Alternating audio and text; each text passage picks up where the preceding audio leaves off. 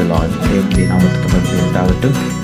நாம் யாவரும் கண்களை மூடி ஜெபிப்போம். எங்களை நேசிக்கிற நல்ல தகப்பனே, இந்த நாளிலும் கூட உம்மை ஆராதிக்கவும், உடைய வேத வசனத்தை தியானிக்கவும் கர்த்தர் கொடுத்த ஸ்லாக்கியத்திற்காக நாங்கள் நன்றி செலுத்துகிறோம் ஐயா. ஆண்டவரே, உம்மை ஆராதிக்கிற வேலையிலே கர்த்தர் எங்களோடு இடைப்படுவீராக.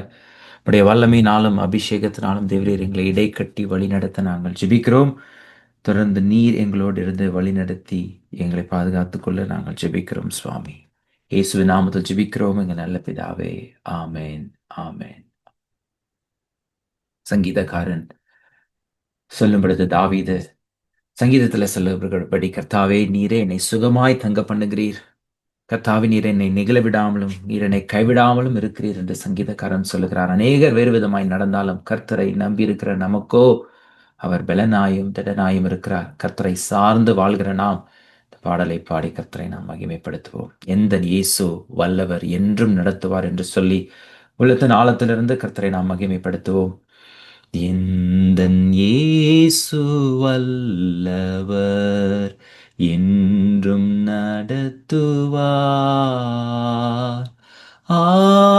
பேரின்பம் அவர் என் தஞ்சமே, அனுதினம் அன்பருடன் இணைந்து செல்லுவேன். அனுதினம் அன்பருடன் இணைந்து செல்லுவே. அற்புதமாம் அவர் அன்பு, அண்டினோர் காக்கும் தூய அன்பு. அற்புதமாம் அவர் அன்பு, அண்டினோர் காக்கும் தூய அன்பு. இப்பூவினில் இவரை போல் அன்பர் எவருண்டு? இப்பூவினில் இவரை போல் அன்பர் எவருண்டு? மாறாதவர் எந்தன் இயேசு, என்றும் பற்றிடுவேன். மாறாதவர் எந்தன் இயேசு, என்றும் பற்றிடுவேன். எந்தன் இயேசு வல்லவர், என்றும் நடத்துவார்.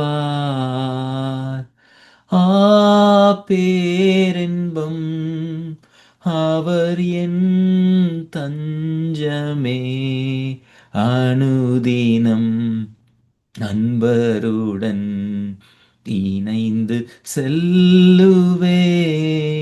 அனுதினம் அன்பருடன் இணைந்து செல்லுவேன். சர்வவல்ல தேவனிவர், சாந்தமும் தாழ்மை உள்ளவராம்.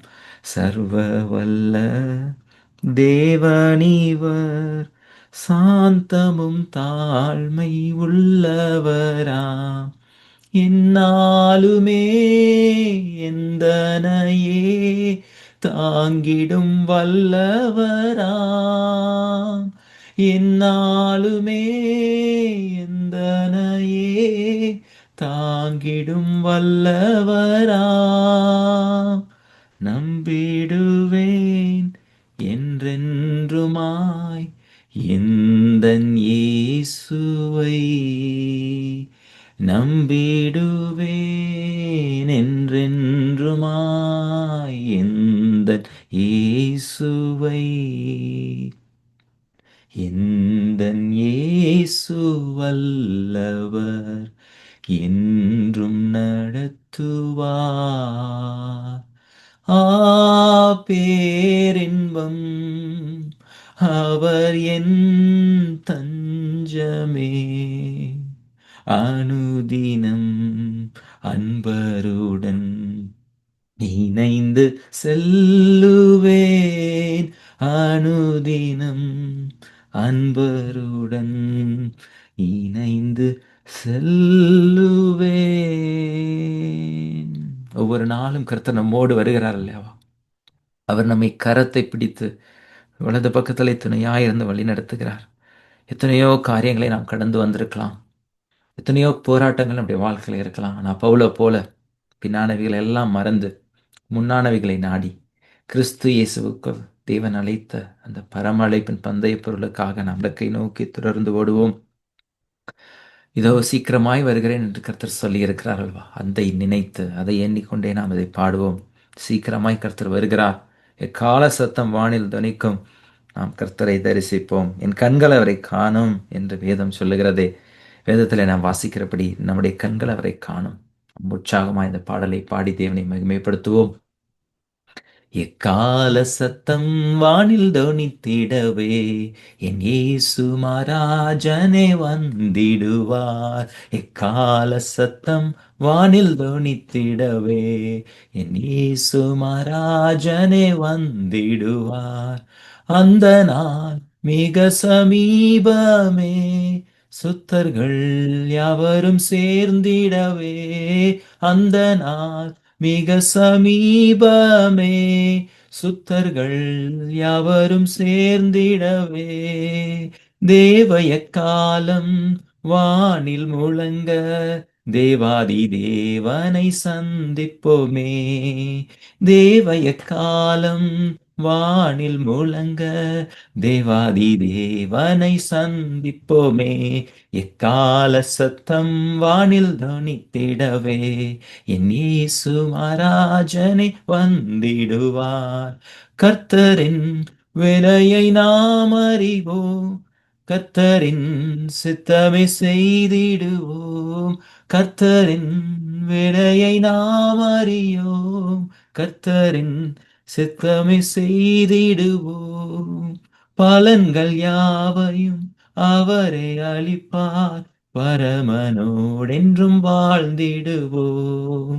பலன்கள் யாவையும் அவரே அளிப்பார், பரமனோடென்றும் வாழ்ந்திடுவோம். எக்கால சத்தம் வானில் தொனித்திடவே எம் இயேசு மகாராஜனே வந்திடுவார். எக்கால சத்தம் வானில் தொனித்திடவே இயேசு மகாராஜனே வந்திடுவார். கன்னிமை நேரத்தில் மாறிடுவோம், விண்ணிலே யாவரும் சேர்ந்திடுவோம். கன்னிமை நேரத்தில் மாறிடுவோம், விண்ணிலே யாவரும் சேர்ந்திடுவோம். கண்ணீர் கவலை அங்கே இல்லை, கர்த்தர் தாமே வெளிச்சமாவார். கண்ணீர் கவலை அங்கே இல்லை, கர்த்தர் தாமே வெளிச்சமாவார். எக்கால சத்தம் வானில் தொனித்திடவே எம் இயேசு மகாராஜனே வந்திடுவார். எக்கால சத்தம் வானில் தொனித்திடவே எம் இயேசு மகாராஜனே வந்திடுவார். கர்த்தாவே, நீ சீக்கிரமாய் வருகிறேன் என்று சொல்லியிருக்கிறீர். அதை எதிர்பார்த்து நாங்கள் காத்து கொண்டிருக்கிறோம். பின்னானவைகளை எல்லாம் மறந்து கர்த்தாவே உம்மை நோக்கி நாங்கள் சென்று உம்மையே நாங்கள் சார்ந்து வாழ எங்களுக்கு உதவி செய்வீராக. இந்த நாளிலும் உடைய வசனத்தை கேட்கும் பொழுது கர்த்தர் எங்களோடு இடைப்பட ஜெபிக்கிறோம். உடைய வார்த்தை எங்களை தேற்றட்டும் கர்த்தாவே. பேசுகிற சகோதரனை மறைத்து நீர் அவரோடு இருந்து ஆவியினால் அவரை நிரப்பி நீர் எங்களோடு பேச நாங்கள் ஜெபிக்கிறோம். உடைய சத்தத்தை நாங்கள் கேட்கட்டும். ஆவியிலே பக்தி விருத்தி உண்டு பண்ணட்டும். மக்காய் வாழ ஒரு எண்ணத்தையும் வாஞ்சியும் அது உண்டு பண்ணட்டும். தொடர்ந்து வழி நடத்துங்க. உடைய சமூகத்தில் ஒப்புக் கொடுக்கிறோம் சுவாமி. இயேசு கிறிஸ்துவை நாமத்தினாலே ஜெபிக்கிறோம் எங்கள் நல்ல பிதாவே, ஆமென். Price the Lord. நாளிலும் நம் மத்தியில் இருக்கிற சுகத்ர ராஜா அவர்கள் கர்த்தருடைய வார்த்தையை பகிர்ந்து கொள்வார்கள். Brother, praise the Lord. Praise Lord brother. கேக்குதா பிரதர்? கேக்குது பிரதர். Praise Lord. ரோமருக்கு எழுதின நிருபம் 13வது அதிகாரம் 11வது வசனம் முதல் 14வது வசனம் வரை. ரோமர் 13 11 முதல் 14 வரை நான் வாசிக்கிறேன், கவனியுங்கள். Romans chapter 13 verse 11 to 14. நித்திரையை விட்டு எழுந்திருக்கத்தக்க வேலையாயிற்றென்று நாம் காலத்தை அறிந்தவர்களாய் இப்படி நடக்க வேண்டும். நாம் விசுவாசிகளான போது ரட்சிப்பு சமீபமாய் இருந்ததை பார்க்கிலும் இப்பொழுது அது நமக்கு அதிக சமீபமாயிருக்கிறது. இரவு சென்று போயிற்று, பகல் சமீபமாயிற்று. ஆகையால் அந்தகாரத்தின் கிரியைகளை நாம் தள்ளிவிட்டு ஒளியின் ஆயுதங்களை தரித்துக் கொள்ள கடவோம். களியாட்டும், வெறியும், வேசித்தனமும், காம விகாரமும், வாக்குவாதமும், பொறாமையும் உள்ளவர்களாய் நடவாமல் பகலிலே நடக்கிறவர்கள் போல சீராய் நடக்க கடவோம். துர் இச்சைகளுக்கு இடமாக உடலை பேணாமல் இருந்து கர்த்தராகிய இயேசு கிறிஸ்துவை தரித்துக் கொள்ளுங்கள். கர்த்தராகிய இயேசு கிறிஸ்துவை தரித்துக் கொள்ளுங்கள் என்கிற வார்த்தையில பேச விரும்பினேன்.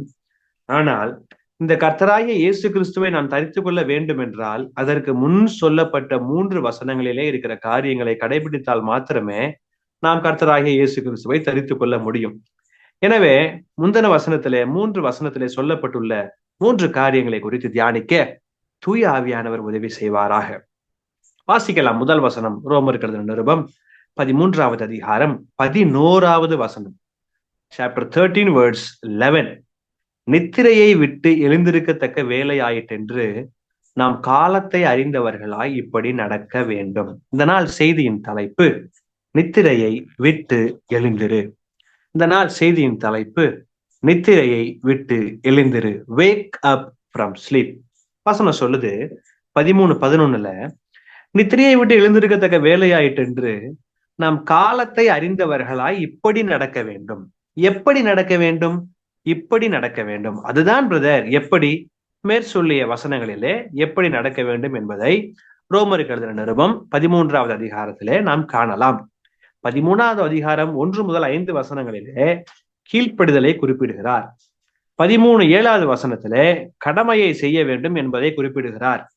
வரியை செலுத்த வேண்டும் என்பதை குறிப்பிடுகிறார். கனம் பண்ணுவதை குறித்து பேசுகிறார். 13வது அதிகாரம் 9வது வசனத்திலே விபச்சாரம் செய்யக்கூடாது, கொலை செய்யக்கூடாது, களவு செய்யக்கூடாது, பொய் சாட்சி கூடாது, இச்சை வேண்டாம் என்பதை தெளிவாய் வலியுறுத்துகிறார். மாத்திரமல்ல, உன்னிடத்திலே நீ அன்பு கூறுவது போல பிறனிடத்திலும் அன்பு கூறுவாயாக எனவும் குறிப்பிடுகிறார். சோ இதைதான் வசனம் சொல்லுகிறது, இப்படி நடக்க வேண்டும். நித்திரையை விட்டு எழுந்திருக்கத்தக்க வேலையாயிற்றென்று நாம் காலத்தை அறிந்தவர்களாய் இப்படி நடக்க வேண்டும். நித்திரை, ஆவிக்குரிய நித்திரை மிகவும் மிகவும் மிகவும் ஆபத்தானது. நீங்கள் புரிந்து கொள்ளும் வகையில 2 எடுத்துக்காட்டுகளை உங்கள் முன்னே முன்னுரையாக வைத்து நாம் இந்த நாள் செய்திக்குள்ளே கடந்து போக நான் விரும்புகிறேன். 2 எடுத்துக்காட்டுகளை உங்கள் முன் வைத்து போக விரும்புகிறேன். எடுத்துக்காட்டு 1, 2மே உங்களுக்கு தெரிந்ததான வார்த்தை, பரலோக ராஜ்யத்தை குறித்த உவமை. எக்ஸாம்பிள் நம்பர் 1, பரலோக ராஜ்யத்தை குறித்த உவமை. மத்தேயு எழுதின சுவிசேஷம் 13வது அதிகாரம் 25வது வசனம். Matthew chapter 13 verse 25. மனுஷர் நித்திரை பண்ணுகையில் அவனுடைய சத்துரு வந்து கோதுமைக்குள் களைகளை விதைத்து விட்டு போனான். நல்லா கவனிக்கணும், எல்லாருக்கும் தெரியும் இந்த உமை. மனுஷர் நித்திரை பண்ணுகையில் அவனுடைய சத்துரு வந்து கோதுமைக்குள் களைகளை விதைத்து விட்டு போனான். ஆவிக்குரிய நித்திரை மிகவும் ஆபத்தானது. ஆவிக்குரிய நித்திரை களைகளை கொண்டு வரும். பிரதர், களைகள்னா என்ன? களைகள்னா அன்வான்ட் பிளான்ஸ். வச்சது கோதுமை தானே, நடுவுல எங்க இருந்து களை வந்துச்சு? வச்சது சோளம் தானே, நடுவுல எங்க இருந்து களை வந்துச்சு? பாத்தீங்களா? அதாவது வசனம் என்ன சொல்லுது? மனுஷர் நித்திரை பண்ணுகையில் அவனுடைய சத்துரு வந்து கோதுமைக்குள் களைகளை விதைத்து விட்டு போனான். என்னவா? மனுஷர் நித்திரை பண்ணுகையில்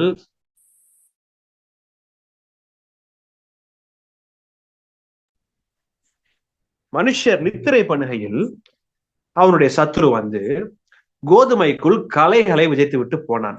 இந்த வசனத்தை அப்படியே நான் மாறி சொல்ல விரும்புகிறேன். மனுஷர் நித்திரை பண்ணாமல் இருந்ததினால் சத்துருவால் களைகளை விதைக்க முடியவில்லை. நன்றாக கவனிக்கணும். மீண்டும் ஒரு முறை சொல்லுகிறேன். வசனம் எப்படி இருக்கு? மனுஷர் நித்திரை பண்ணுகையில் அவனுடைய சத்துரு வந்து கோதுமைக்குள் களைகளை விதைத்து விட்டு போனான். ரைட்டா? இப்ப நான் என்ன சொல்ல வரேன்? இந்த வசனத்தை அப்படியே மாத்தி சொல்றேன். மனுஷர் நித்திரை பண்ணாமல் இருந்ததினால் அவனுடைய சத்துருவால் வந்து கோதுமைக்குள் களைகளை விதைக்க முடியவில்லை. சோ என்ன பிரதர் சொல்ல வரீங்க? விழித்திருந்தால் சத்துருவால் களைகளை விதைக்க முடியாது. தேவ பிள்ளைகளே, உங்களுடைய வாழ்க்கையிலே நீங்கள் எப்போதும் உங்களுடைய ஆவிக்குரிய வாழ்க்கை பரிசுத்தம் என்கிற விழிப்பு, கீழ்ப்படிதல் என்கிற விழிப்பு, விசுவாசம் என்கிற விழிப்பு உங்களுடைய வாழ்க்கையில எப்போதும் இருந்தால் சத்துருவால் உங்களுக்குள்ளே கலைகளை விதைக்க முடியாது. சோ இந்த இடத்துல அதான் பாக்குது, மனுஷர் நித்திரை பண்ணுகையில் தூங்குறப்ப வந்துட்டாயா, அதான் வசனம் சொல்லுது, நித்திரையை விட்டு எழுந்திரு. எடுத்துக்காட்டு 2-3 வைத்து பார்க்க விரும்புகிறேன். அதே மத்தேயு சுவிசேஷம் 26வது அதிகாரம் 40வது வசனம் 41வது வசனம் எல்லாருக்கும் தெரியும். அதாவது, நீங்கள் சோதனைக்குட்படாதபடிக்கு என்ன செய்யுங்க, விழித்திருந்து ஜெபம் பண்ணுங்கள். ஆவி உற்சாகம் உள்ளதுதான், மாம்சமோ பலவீனம் உள்ளது. ஆண்டவர் போறாரு கெச்சமனை தோட்டத்துல போய் ஃபர்ஸ்ட் சொல்றாப்ல, எப்பா எல்லாம் ஜெபம் பண்ணுங்க, இங்க நான் உள்ள போய் ஜெபம் பண்ணிட்டு வரேன். வந்து பார்த்தா மாப்பிள்ளைங்க பூரா படுத்துட்டாங்க, பாவம் ரொம்ப டயர்டு. செகண்ட் தடவை திருப்பி வராரு, டேய் ஏந்து ஜெபம் பண்ணுங்கடா, சோதனைக்கு உட்படாதபடிக்கு விழித்திருந்து ஜெபம் பண்ணுங்க, சோதனை வரப்போகுது. அதான் விஷயம், சோதனை வரப்போகுது, பிரச்சனை வரப்போகுது, மாட்டிக்க போற, நீ சோதனைக்கு உட்படாதபடிக்கு விழித்திருந்து ஜெபம் பண்ணுங்கிறாரு. போயிட்டு வரதுக்குள்ள மாப்பிள்ளைங்க பூரா படுத்துட்டாங்க. எல்லாருக்கும் ஒரே கொரட்டை, அசதி, மாம்சம். ரைட். சில நேரங்களில் நாமும் சோர்ந்து போயிடுவோம்.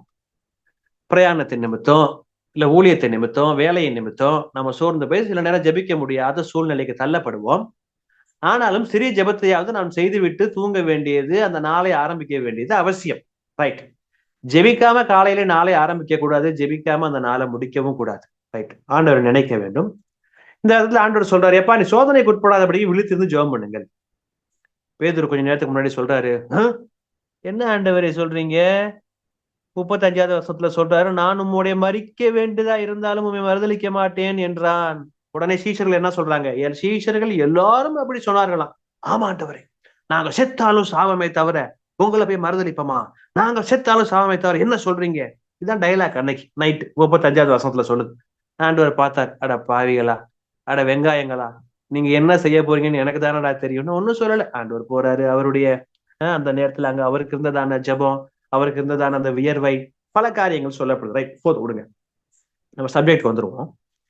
அந்த இடத்துல பாத்தீங்கன்னா கொஞ்ச நேரத்தை கழிச்சு பாத்தீங்கன்னா, அதே 26வது அதிகாரம் 56வது வசனத்தின் பின்பகுதியை பாத்தீங்கன்னா, அப்பொழுது சீஷர்கள் எல்லாரும் அவரை விட்டு ஓடி போனார்கள். பாத்தீங்களா, அப்பொழுது சீஷர்கள் எல்லாரும் அவரை விட்டு ஓடி போனார்கள். இயேசுவை பிடிச்சிட்டாங்க ஐயா. வசனம் என்ன ஆச்சு, சீஷர்கள் எல்லாரும் அவரை விட்டு ஓடி போனார்கள். ஆனா முதல்ல சீஷர்கள் என்ன சொன்னாங்க, மறிக்க வேண்டியதா இருந்தாலும் நாங்க மறிப்பாண்டவரே, நீங்க என்ன பேசுறீங்க, இந்த மாதிரி பேசிக்கிட்டு இருக்கீங்க, அப்படி இப்படின்னு சொன்னவங்க இப்ப பாருங்க என்னாச்சு, சீஷர்கள் எல்லாரும் அவரை விட்டு ஓடி போனார்கள். பிரதர் என்ன சொல்ல வரீங்க, சோதனைக்கு உட்படாதபடிக்கு விழித்திருந்து ஜெபம் பண்ணுங்கடான்னு ஆண்டவர் சொன்னார். ஒருவேளை சோதனைக்கு உட்படாம இந்த சோதனை என்ன சோதனை, ஆண்டவர் விட்டு ஓடி போயிட்டாங்க. சோதனை வந்துச்சு, சோதனையில ஆண்டவர் விட்டு ஓடி போனாங்கல்ல. ஒருவேளை அவங்க ஜெபிச்சிருந்தா ஓடி போகாம இருந்திருக்கலாம், அவருடைய வாழ்க்கையே மாறி இருக்கும். வேற மேன்மையான நிலைமை பரலோகத்திலே மாத்திரமில்ல பூலோகத்திலும் அவர்களுக்கு கிடைத்திருக்கலாம். புரியுதா நான் சொல்ல வர்றது, நித்திரை சொல்றாரு, எப்ப சோதனைக்கு உட்படாத அப்படிங்க விழித்திருந்து ஜெபம் பண்ணு, சோதனை வரப்போகுது, பிரச்சனை வரப்போகுது, பாடு வரப்போகுது, வேதனை வரப்போகுது, கடைசி காலத்துல இருக்க உன் பிள்ளையை குறிச்ச கவலை, குடும்பத்தை குறிச்ச கவலை, கணவனை குறித்த கவலை, மனைவியை குறித்த கவலை, எதிர்காலத்தை குறித்த கவலை, சரீரத்தில் இருக்கிற நோயை குறித்த கவலை, சோதனைக்கு உட்படாதபடிக்கு விழித்திருந்து ஜெபிக்க வேண்டியது அவசியம். ஆண்டவர் சொன்னாரு, கேட்கல, சோதனையில சீசர்கள் மாட்டிக்கிட்டாங்க. என்ன வந்துச்சு, சோதனையில எல்லாரும் விட்டு ஓடி போயிட்டாங்க. நித்திரை தேவனை விட்டு தூரப்படுத்தும். சோ 2 எடுத்துக்காட்ட சொன்னேன். முதல்ல என்ன பார்த்தோம், கோதுமைக்குள்ள களைகள். சோ நித்திரை களைகளை கொண்டு வரும். 2வது எடுத்துக்காட்டுல என்ன பாக்குறோம், நித்திரை தேவனை விட்டு, கிறிஸ்துவை விட்டு, தகப்பனை விட்டு உங்களை தூரப்படுத்தும். பிரதர் இன்னையிலேருந்து நான் நைட்டு தூங்க போறதே இல்லை, நான் ஸ்டாப் முழித்தே இருக்க போறேன்னு சொல்லிடாதீங்க. தூங்குங்க, நைட் ஆயிடுச்சு, ஸ்டடி முடிஞ்சோன்னு தூங்குங்க. சிலர் பாதி ஸ்டடியில கூட கொரட்டையை விடுவீங்க, இங்க இருந்து தெரியாது. நமக்கு ஆளாளுக்கு முகம் தெரியாம போயிடுச்சு. இந்த கொரோனா வந்ததும் வந்துச்சு, இந்த கூகுள் மீட் ஆரம்பிச்சிருச்சு, நமக்கு பிளஸ்ஸா இருக்கு. ஆனா ஆபீஸ்ல பாத்தீங்கன்னா மீட்டிங்கை போட்டு அடிக்காத குறைதான் மீட்டிங்ல உதைக்கிறாங்க. சரி, அது போகட்டு விடுங்க. நித்திரை, சரீர நித்திரையை சொல்லலாம், ஆவிக்குரிய நித்திரை எப்போதுமே பரிசுத்தம், எப்போதுமே கீழ்ப்படிதல், எப்போதுமே விசுவாசம். எனவேதான் வேதம் சொல்லுகிறது இந்த வசனத்துல, நித்திரையை விட்டு எழுந்திரு. தான் செய்தி தியானிக்கிறோம் 13-11 ரோமன்ஸ். நித்திரையை விட்டு எழுந்திரு, ஜெபமின்மை என்கிற நித்திரையை விட்டு எழுந்திரு, வேத வாசிப்பின்மை என்கிற நித்திரையை விட்டு எழுந்திரு. பரிசுத்தம் இல்லாதது நித்திரைக்கு சமம். கீழ்ப்படியாதது நித்திரைக்கு சமம். விசுவாசிக்காதது நித்திரைக்கு சமம். சரீரத்தை பரிசுத்தமாக வைத்துக் கொள்ளாதது நித்திரைக்கு சமம்.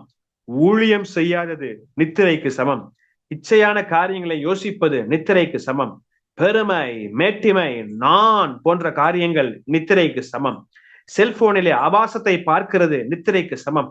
கள்ள தொடர்பு நித்திரைக்கு சமம். விபச்சாரம் நித்திரைக்கு சமம். தேவனுக்கு முதலிடம் கொடுக்காதது நித்திரைக்கு சமம். கனி கொடுக்காதது நித்திரைக்கு சமம். கேட்டுக்கொண்டிருக்கிறதான தேவ பிள்ளைகளே, நித்திரையை விட்டு எழுந்திருங்கள்.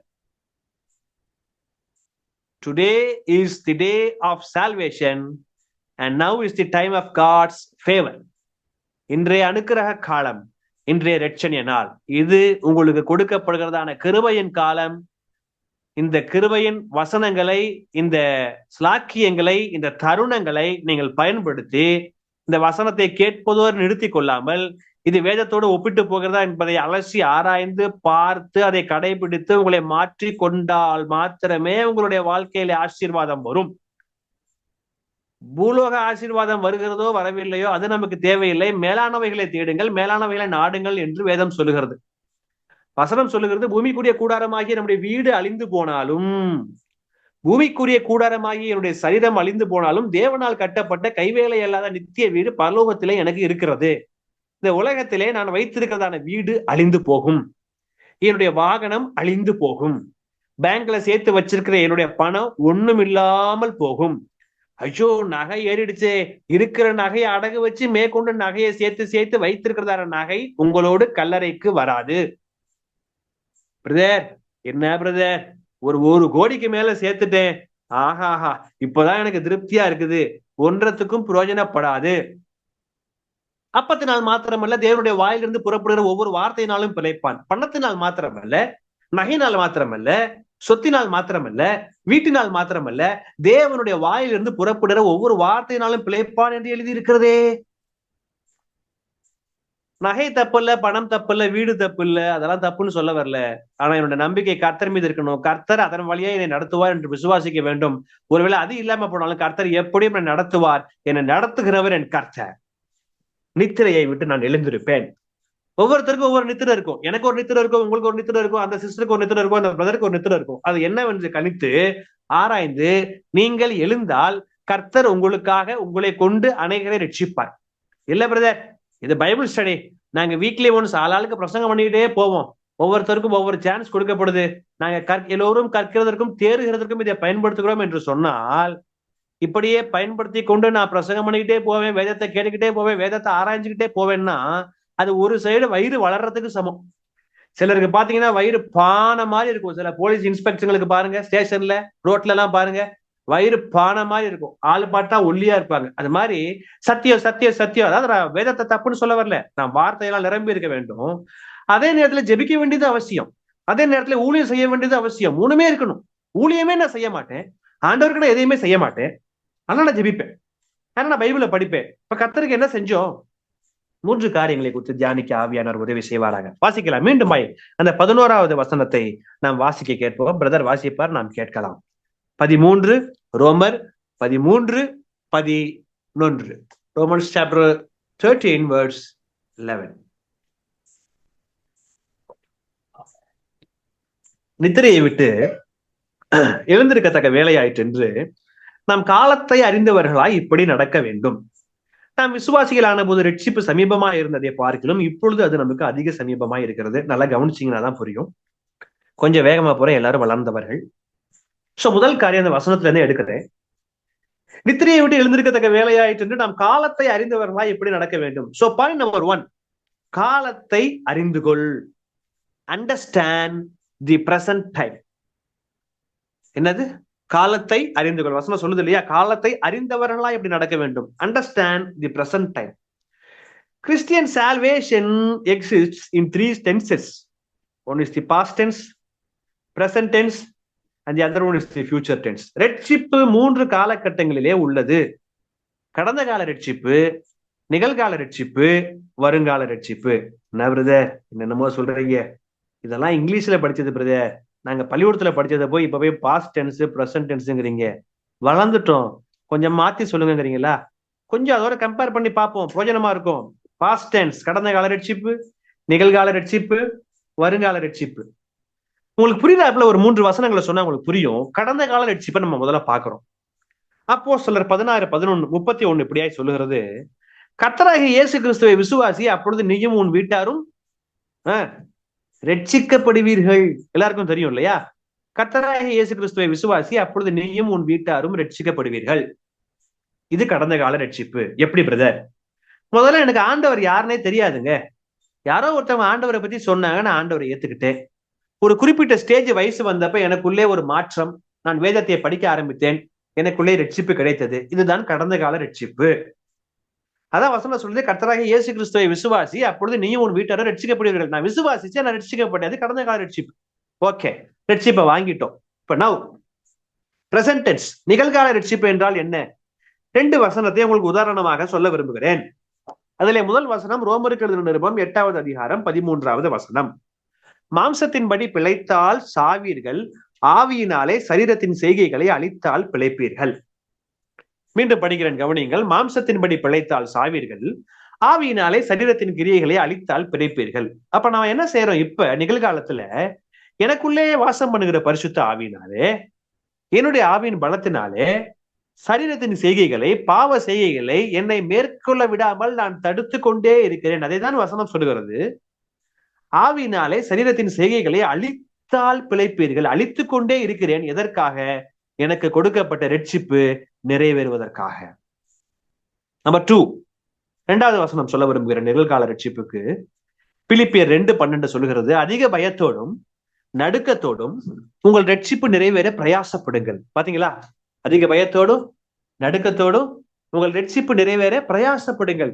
நான் கடந்த கால ரட்சிப்பிலே வாங்கின ரட்சிப்பை நான் நிகழ்காலத்திலே பயத்தோடும் நடுக்கத்தோடும் கடந்த காலத்தில் நான் வாங்கின ரட்சிப்பு நிறைவேற நான் பிரயாசப்பட்டு கொண்டிருக்கிறேன். இப்பொழுது பிரயாசப்பட்டு கொண்டிருக்கிறேன். ஒரு காலத்திலே ரட்சிப்பை வாங்கினேன், அது கடந்த கால ரட்சிப்பு. எப்பொழுது வாங்கினேன்? கர்த்தராகிய இயேசு கிறிஸ்துவை விசுவாசித்தேன், அப்ப எனக்கு அது ரட்சிப்பா கிடைச்சிச்சு.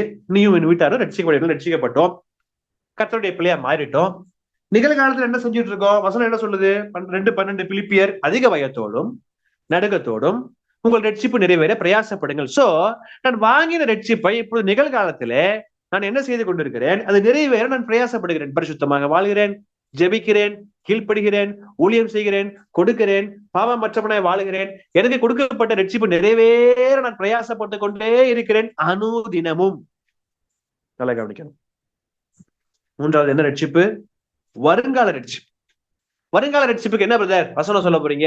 எப்படி எங்களுக்கு புரியாப்புல விளக்க போறீங்க? 2 கொரிந்தியர் 5:1-2 இப்படியா சொல்லுகிறது, பூமிக்குரிய கூடாரமாகிய நம்முடைய வீடு அழிந்து போனாலும் தேவனால் கட்டப்பட்ட கைவேலை அல்லாத நித்திய வீடு பரலோகத்திலே எனக்கு இருக்கு. அப்ப எதிர்கால ரட்சிப்பு என்ன?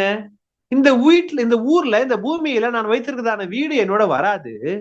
ஆனா வசனம் சொல்லுது, தேவனால் கட்டப்பட்ட கைவேலை அல்லாத நித்திய வீடு. ஆங்கிலத்துல போட்டிருக்கு, it is an eternal building. எப்பா நித்திய வீடு. யோ அதாயா நம்ம வீடு. எப்பயா, எத்தனை நாளைக்கா? நம்ம கட்டிருக்கிற வீடுலாம் கொஞ்சம் ஆண்டுகள் ஆனா போயிடுது. ஆனா அந்த வீடு நித்திய வீடுன்னு வசனம் சொல்லுது. It is an eternal building.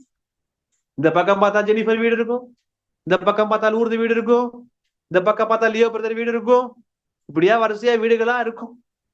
Right. So இது எதிர்கால ரட்சிப்பு. அது நிறைவேற நான் பிரயாசப்படுகிறேன். இது 3 காலங்களையும் உள்ளடக்கிய ஒரு வசனத்தை சொல்லுகிறேன். நீங்க புரியுதாப்புற ரோமருக்கு எழுதின நிருபம் 6வது அதிகாரம் 22வது வசனம். Romans chapter 6:22. இப்பொழுது நீங்கள் பாவத்தினின்று விடுதலையாக்கப்பட்டு தேவனுக்கு அடிமைகளானதினால் பரிசுத்தமாகுதல் உங்களுக்கு கிடைக்கும் பலன் முடிவோ நித்திய ஜீவன். 3 காலங்களையும் உள்ளடக்கின வசனம். உங்களுக்கு புரியுறாப்ல? இன்னும் கொஞ்சம் நிறுத்தி சொல்றேன், அப்ப நீங்க புரிஞ்சுக்குவீங்க. வசனம் தெரியாதவங்க. வசனம் சொல்லுது, கடந்த கால ரட்சிப்பு. இப்பொழுது நீங்கள் பாவத்தினின்று விடுதலையாக்கப்பட்டு தேவனுக்கு அடிமைகள் ஆனதினால், ஸ்டாப், இது கடந்த கால ரட்சிப்பு. பரிசுத்தமாகுதல் உங்களுக்கு கிடைக்கும் பலன், ஸ்டாப், இது நிகழ்கால ரட்சிப்பு. முடிவோ நித்திய ஜீவன், இது எதிர்கால ரட்சிப்பு. ஹல்லேலூயா. புரிஞ்சுக்கிட்டீங்களா? சோ கடந்த கால ரட்சிப்பு, நிகழ்கால ரட்சிப்பு, வருங்கால ரட்சிப்பு. சோ என்னுடைய நிலை என்ன? என்ன பிரதர் சொல்ல வரீங்க? என் நிலை என்னங்க? நான் விசுவாசிகள் ஆன போது ரட்சிப்பு, இப்ப வசனம் என்ன சொல்லுது? அதே 11வது வசனத்துல சொல்லுது பிற்பகுதி, நான் விசுவாசிகள் ஆன போது ரட்சிப்பு சமீபமாய் இருந்ததை பார்க்கிலும் இப்பொழுது அது நமக்கு அதிக சமீபமாய் இருக்கிறது. நான் விசுவாசிகள் ஆன போது ரட்சிப்பு சமீபமாய் இருந்ததை பார்க்கிலும் இப்பொழுது அது எனக்கு அதிக சமீபமாய் இருக்கிறது. என்ன? நான் விசுவாசிகள் ஆன போது அது கடந்த கால ரட்சிப்புல இருந்தேன், இப்ப நிகழ்கால ரட்சிப்புல இருக்கேன். நான் வருங்கால ரட்சிப்பை நோக்கி கிட்ட போயிட்டே இருக்கேன். அதான் பவுல் சொல்றாரு, நான் பெற்றுக்கொண்ட ரட்சிப்பை விட இப்பொழுது அது நமக்கு அதிக சமீபமா இருக்கிறதே. பிரதர்ஸ் அண்ட் சிஸ்டர்ஸ், எந்த காலகட்டத்தில் இருக்கீங்க? சிலருக்கு ரட்சிப்புனாலே என்னன்னு தெரியாது. கடந்த காலத்துல வாங்கின ரட்சிப்பு கையில இருக்குதா என்னன்னே தெரியாது. ஆண்டவருக்கு பயப்படுகிற பயம் இருக்குதா என்னன்னே தெரியாது. பூலோகத்துல பொக்கிஷத்தை சேர்த்து வைக்கிறது, பரலோகத்துல மொட்டை மண்டையா போக முடியுமா? இங்க இருக்கிற பேங்க்ல கோடிகள் இருக்கும் பணம், லட்சங்கள் இருக்கும் பணம். திருப்தி கொடுறீங்களே, பரலோகத்துல முதல்ல அக்கவுண்ட் இருக்கா? மேலானவைகளை தேடுங்கள், மேலானவைகளை நாடுங்கள். பூமிக்குரிய கூடாரமாகிய நம்முடைய வீடு ஒளிந்து போயிரும், அழிந்து போயிரும். எந்த காலத்துல இருக்கீங்க? கர்த்தருடைய வருகை சமீபமா இருக்கிறதே. இவ்வளவு பெரிதான ரட்சிப்பை குறித்து கவலை ஏற்றிருப்போமானால் வரும் தண்டனைக்கு எப்படி தப்பித்துக் கொள்வோம்? மற்றவங்க என்ன புகழணும், நான் நல்லா பாடினேன்னு சொல்லணும், நான் நல்லா பிரசங்கம் பண்ணேன்னு சொல்லணும், புடவை கட்டிக்கிட்டு நல்லா இருக்கான்னு பாருங்கன்னு சொல்றது, புடவையில நல்லா இருந்தா நல்லா சூப்பரா இருக்குன்னு சொல்லி வீட்டுல சொல்லிட்டா உடனே ஸ்டேட்டஸ் வச்சு எல்லாரும் பார்க்க முடியாது செய்யறது. எல்லாரும் பார்க்க முடியாது செய்யறதுக்கு இது என்ன அர்த்தம்? அது என்ன அர்த்தம்? கர்த்தருக்கு பயப்படுகிற பயம் எங்க? ஒரு சின்ன ஒரு நூல் முதற்கொண்டு கர்த்தருக்கு பிடிக்காத காரியம் நம்முடைய வாழ்க்கையில இருக்கக்கூடாதுன்னு நான் வாழ்றேன். அப்படிதான் நீங்களும் வாழணும். ஒரே ஒரு வாழ்க்கை, அது ஆண்டவருக்கு. ஒரே ஒரு வாழ்க்கை, அது கர்த்தருக்கு. கர்த்தரை தேவன் எதிர்பார்க்கிற பரிசுத்தம் என் வாழ்க்கையில இருக்கணும். தேர்டு கியர்ல வண்டி ஓட்டிட்டு இருக்கிறப்ப ஏதாவது ஒரு தப்பான சிந்தை வருது, ஏதோ ஒரு தப்பா யோசிச்சுட்டோ இல்ல யாரையா திட்டோம்னா, ஃபோர்த் கியர் போறதுக்குள்ள கர்த்தரோட ஒப்புரவாக வேண்டியது அவசியம். கர்த்தரோடு நடக்க வேண்டியது அவசியம். ஏனோக்கு நம்மை போல பாடுள்ள மனுஷனா இருந்தும் ஏனோக்கு தேவனோடு சஞ்சரித்தார். ஈனோக்கு வாக்கு வித் காட். அப்பா எப்பயுமே தேவனோடு சஞ்சரிச்சாரியா ஏனோக்கு. குமாரர் இருந்தாங்க, பிள்ளைங்க இருந்துச்சு, புள்ள குட்டி இருந்துச்சு, நை இருந்துச்சு. அப்பா இங்க வா, அப்பா எனக்கு ஹோம்ஒர்க் சொல்லி கொடு, அப்பா எனக்கு குளிப்பாட்டி விடு, அப்பா எனக்கு கழுவி விடு, அப்பா எனக்கு தலை சீவி விடு. இதன் மத்தியிலே ஏனோக்கு தேவனோடு சஞ்சரித்தார். நாமும் நம்முடைய வாழ்க்கையிலே நமக்கு இருக்கிற போராட்டத்தின் மத்தியிலும், பாடுகளின் மத்தியிலும், உபத்திரவத்தின் மத்தியிலும், ஏமாற்றத்தின் மத்தியிலும், நொறுக்கத்தின் மத்தியிலும் கர்த்தரோடு சஞ்சரிக்கிற ஒரு வாழ்க்கை நமக்கு இருக்க வேண்டியது அவசியம். எந்த காலத்துல இருக்கிறோம்? ரட்சிப்பு எந்த காலத்துல இருக்கு? அநேகருக்கு கர்த்தரே அவங்க வாழ்க்கையில இல்ல. எக்ஸாம்பிள் பாத்தீங்கன்னா, யார் அவரு, அந்த அவர் பேர் என்ன, சாம்சன், சிம்சோன். கர்த்தர் தன்னை விட்டு விலகினதை அறியாமல் எப்போதும் போல புறப்பட்டு போனானா சிம்சோன். கர்த்தரே இல்ல உள்ள, ஆனா கர்த்தர் இருக்காருன்னு சண்டைக்கு போனா தோத்து போனான். அநேகருடைய வாழ்க்கையில கர்த்தரே இல்ல, ஆனா கர்த்தர் இருக்காருன்னு நினைச்சுக்கிறோம். என்ன பிரயாசப்படுறோம் பிரதர்? ஜிம்முக்கு போறேன் பிரதர், உடம்பெல்லாம் ரொம்ப லூஸ் ஆயிடுச்சு பிரதர். அது என்ன அந்த ஜிம்? அங்க ஏதோ நானும் ஜெனிஃபரும் பள்ளியோட இருப்பாங்க, இருக்கும் ஒரு மாடியில ஒரு ஜிம் சுந்தர் நகர்ல. போலாம் பிரதர் டைட் பண்றதுக்கு. வெரி குட், போங்க, நல்லது. சிஸ்டர், கொஞ்சம் உடம்பு ஏறிடுச்சு, அதனால கொஞ்சம் டயட்ல இருக்கிறேன். எப்படி இருக்கு இப்ப? கொஞ்சம் உடம்பு குறைஞ்சிடுச்சா? நல்லா இருக்கா? ஓகே. வெயிட் இறங்கின மாதிரி இருக்கு. சூப்பர், ரொம்ப சந்தோஷம். குட். ஆ, என்னது கண்ணாடிக்கு முன்னாடி போய் நின்னா இங்கெல்லாம் வெள்ள முடியா இருக்கு, டச்சப் பண்ணுமே. இங்க டச்சப் பண்ணு, அங்க டச்சப் பண்ணு, இங்க டச்சப் பண்ணு. Okay right. அடாடாடாடா, என்ன இவ்வளவு சின்ன வயசுலயே வழக்கு வந்துருச்சே லூர்து பிரதர். எல்லாரையும் சொட்ட சொட்ட நீங்களே இப்ப நீங்களே சொட்டையா தெரியுறீங்களே. No problem. அமெரிக்கால இருந்து ஸ்பெஷல் விற்க வரவழைக்க போறேன் ஜெனிஃபர் வழியா. அதை மாட்டிக்கிட்டு நான் சொட்ட மண்டைய மூடிட்டு தான் பிரசங்கம் பண்ண போறேன். Right, okay. என் ரட்சிப்பு நிறைவேற நான் என்ன செய்கிறேன்? என் ஆத்மாவிற்கு என் உள்ளான மனசே ஒட்டையா இருக்கே, அதை எப்படி நான் சரி பண்றது? அநேகருடைய வாழ்க்கையில அதை குறிச்சு கவலை இருக்கா? எந்திரிக்கிறோம், ஜெபிக்கிறோம், போறோம் வர்றோம், ஞாயிற்றுக்கிழமை கோயிலுக்கு போறோம், பைபிள் ஸ்டடியில கலந்துக்கிறோம், போறோம் வர்றோம். என்னுடைய ரட்சிப்பு எந்த அளவுல இருக்கு?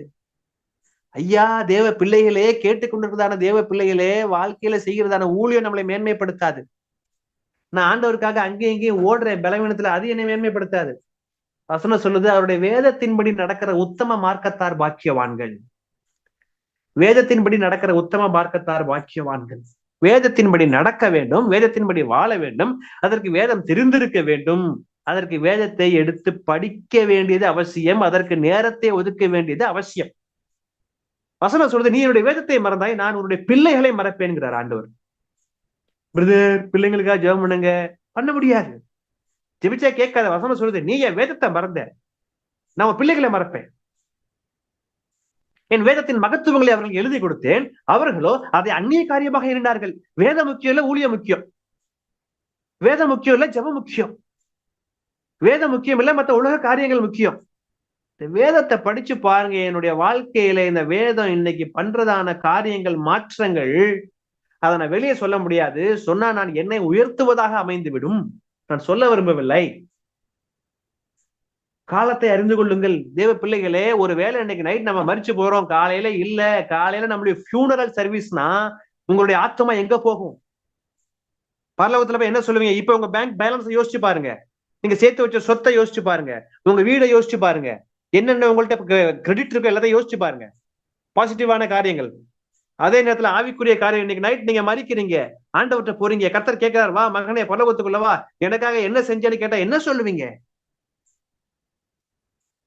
கொடுத்த ஆண்டவரே, ஊழியர் செஞ்ச, தூக்கி போடு, உம்முடைய நாமத்தினாலே பிசாசுகளை துரத்தணும் அல்லவா, உம்முடைய நாமத்தினாலே அற்புதங்களை செய்தோம் அல்லவா, உம்முடைய நாமத்தினாலே தீர்க்க தரிசனத்தை உரைத்தோம் அல்லவா, அக்கிரம செய்யக்காரரை என்னை விட்டு அகன்று போகலுங்கிறாரு. தேவ பிள்ளைகளே, உங்களை அதை கெஞ்சி கேட்கிறேன்.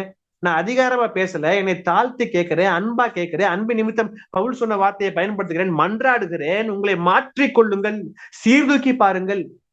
ஆண்டவருக்கு உங்களை குறிச்சு ஒரு நோக்கம் இருக்காது. என்னன்னே தெரியாம உங்க வாழ்க்கையே முடிய போகுது. என்ன நோக்கம்? எதுக்கு பிறந்தோம், வாழ்ந்தோம், புள்ள பெத்தோம், புள்ளை கல்யாணம் பண்ணி வச்சோம், பேர புள்ளைய பார்த்துட்டோம், அவ்வளவுதான் வாழ்க்கையா? அது அவர்கள் அஞ்ஞானிகளும் அப்படித்தானே இருக்கிறாங்க. ஆண்டவர் அறியாத கல்லை மண்ணை கும்புறவங்களும் அதானே செய்யறாங்க. என்ன செஞ்சோம்? என்ன ஒரு சரித்திரத்தை விடுங்க. என்ன செஞ்சோம்? கர்த்தருக்கு என்ன செஞ்சோம்? சரி, அதை விட்டுருங்க. அதுக்கு முன்னாடி எப்படி வாழ்ந்தோம்? போன ஆண்டவர் பரலோகத்துல சீர்தூக்கி என்னுடைய வாழ்க்கையை எனக்கு நைட்டு பார்த்தாருன்னா ஆண்டவர் சாட்டிஸ்ஃபை பண்ண ஆக முடியுமா? ஆண்டவர் சர்டிபிகேட் கொடுப்பாரு அவங்க வாழ்க்கையில? சும்மா இன்னும் இத்தனை வருஷம் ஆகிட்டு எனக்கு தலைவலி போகுது, முதுகு வலி போகல, கால் வலி போகல, எனக்கு இந்த வியாதி அந்த வியாதி, அதெல்லாம் இருக்கதாங்க செய்யும். பவுல் வாழ்க்கையில வியாதி இருந்துச்சு, தீமோத்தேயு வாழ்க்கையில வியாதி இருந்துச்சு. இன்னொரு ஆள் யார், அவர் பேர் வரமாட்டேது, எப்பா புரோத்து வாழ்க்கையில வியாதி இருந்துச்சு. இந்த பெந்தேகோஸ்தே சபை பாஸ்டங்க, ஒரு சில பாஸ்டங்க இல்லாத லூட்டி அடிப்பாங்க, வியாதி வந்துருச்சு, நீ தப்பு செஞ்சுட்டேன்பாங்க. முதல்ல பாஸ்டங்க எத்தனை பேர் பரலோகம் போவாங்கன்னே தெரியாது.